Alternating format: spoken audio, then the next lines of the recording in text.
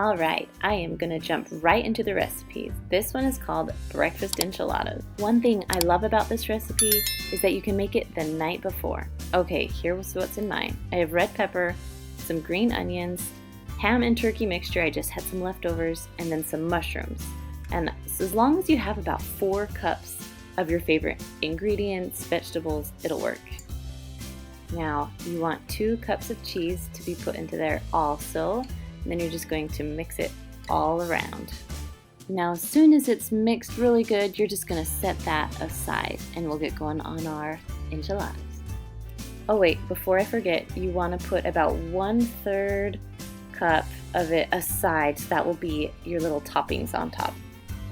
Then you're going to get your tortillas, either 8 really big ones. I have about 10 small ones that will work. Then you're just going to spoon about 1/3 of a cup to 1/2 a cup in it. You want it to be a little bit bigger, and then just roll it up. Make sure it's seam side down in your pan. Then just keep doing this until you're out of mixture or you're out of tortillas. I like to squeeze as many as I possibly can in there, so I have 2 on the sides also.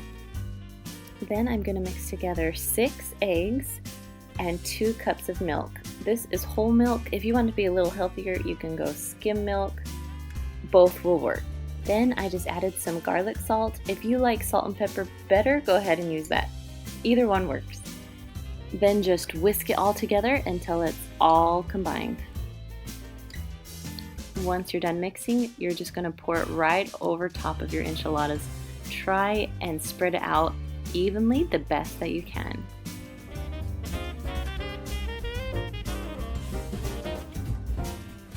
Then you're going to take about 1.5 cups of cheddar cheese. Oh, don't forget your stuff that you put aside.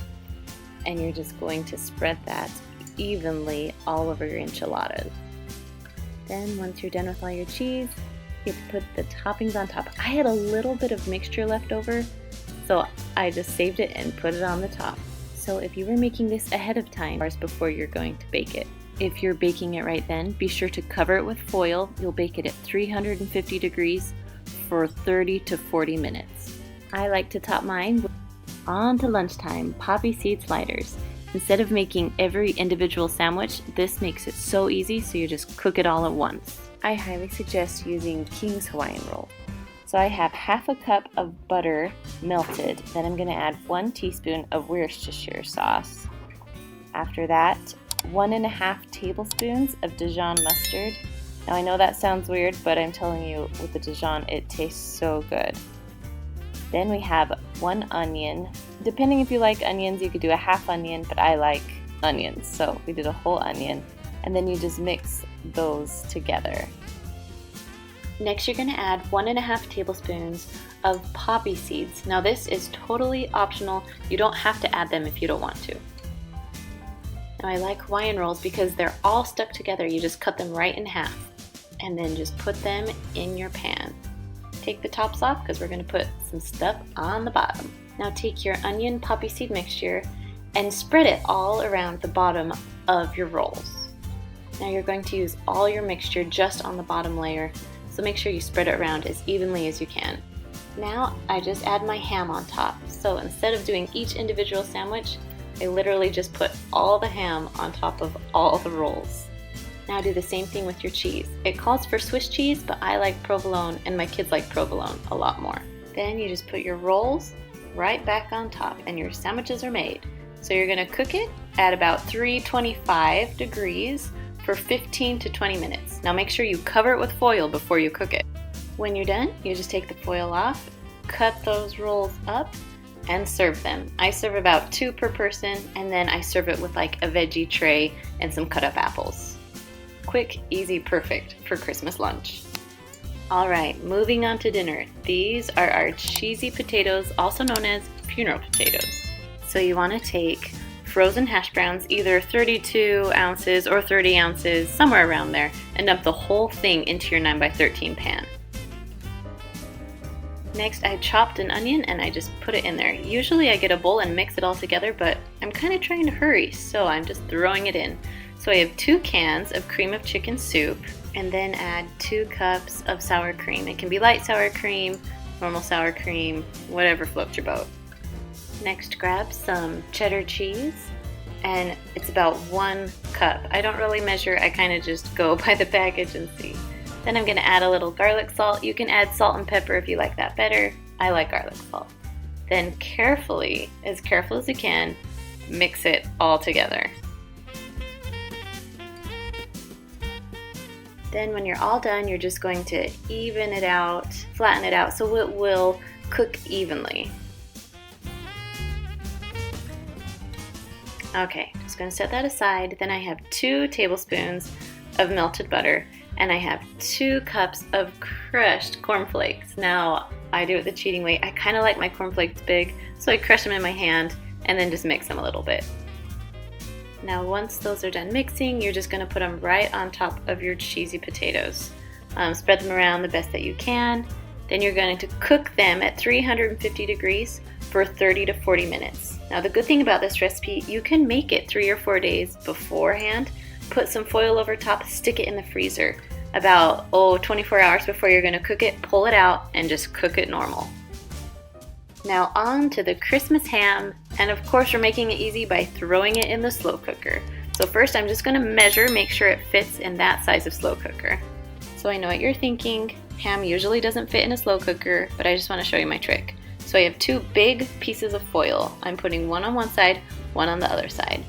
Then I'm putting my ham directly into the slow cooker. It's okay if your lid's not gonna go on, just wait for it. The plan is to make a little tent out of the foil so it will cook just like it normally would in a slow cooker.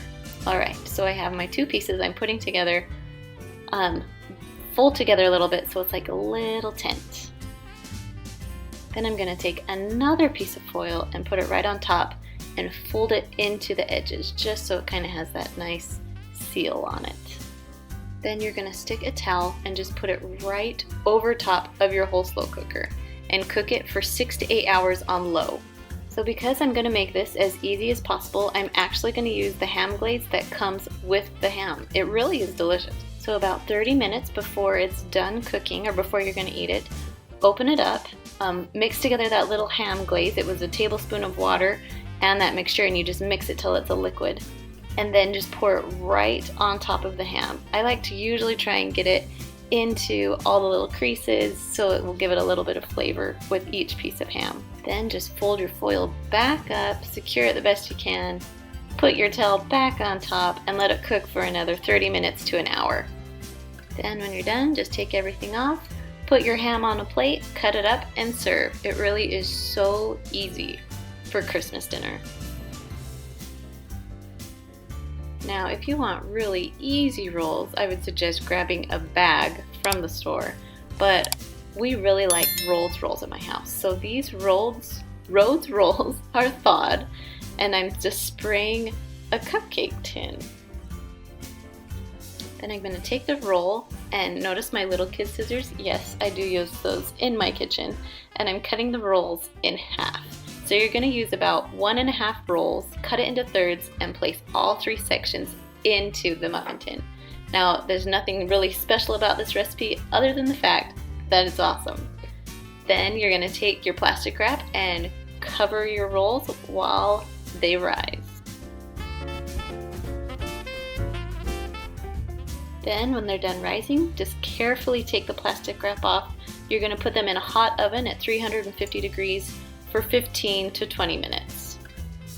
Then when they're done, you have this awesome roll that can split so easily into 3 pieces. My kids thought they were so fancy. Anyways, we love them at our house. Now while your rolls are cooking, throw in the microwave these cheddar green beans. They're from the frozen aisle at Kroger. They're French style green beans. You put a little butter in, a little salt and pepper. They're so easy. Now last but not least, our Rudolph dessert. They seriously are so cute. So you want chocolate frosting for your base as Rudolph. Now you can make these on cupcakes, on cookies, on chocolate chip cookies you buy at the store. I did them for my girls' party at school and the kids loved it. Now you're gonna take a vanilla wafer, not a mini one, just a normal sized one, 2 sized pretzels, 2 little eyeballs that you can get at really any grocery store. And I just put a little bit of chocolate frosting on them so it's like the glue so they'll actually stay on. And then I just got every kid a little packet of M&Ms so they get to keep their M&Ms and they also get to pick what color nose they want on their reindeer or Rudolph or whatever you want to do. Well, I hope these recipes help